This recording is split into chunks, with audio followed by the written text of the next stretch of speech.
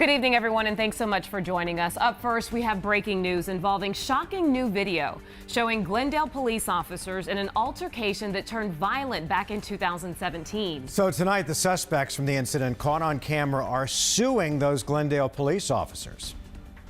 Dude, stop! I'm not gonna fight! Ow!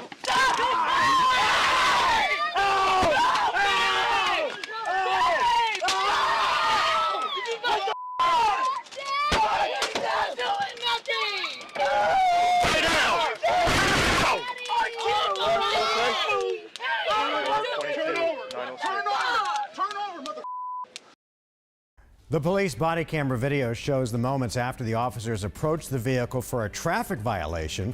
Police say the passenger of the car wouldn't show his hands to the officers, keeping them in a backpack at the foot of his seat, all while refusing to show ID. The officers tried taking Johnny Wheatcroft into custody. Glendale police says he resists, so they zap him. That's when police say a woman in the back seat strikes one of the officers with a bag, knocking him unconscious. The officers then drag Wheatcroft out of the car.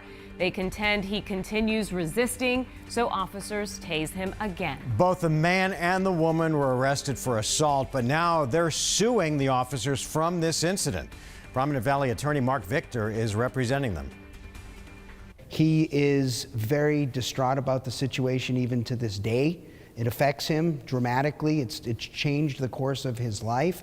His children who witnessed this are suffering incalculable damages here. They are afraid of police officers.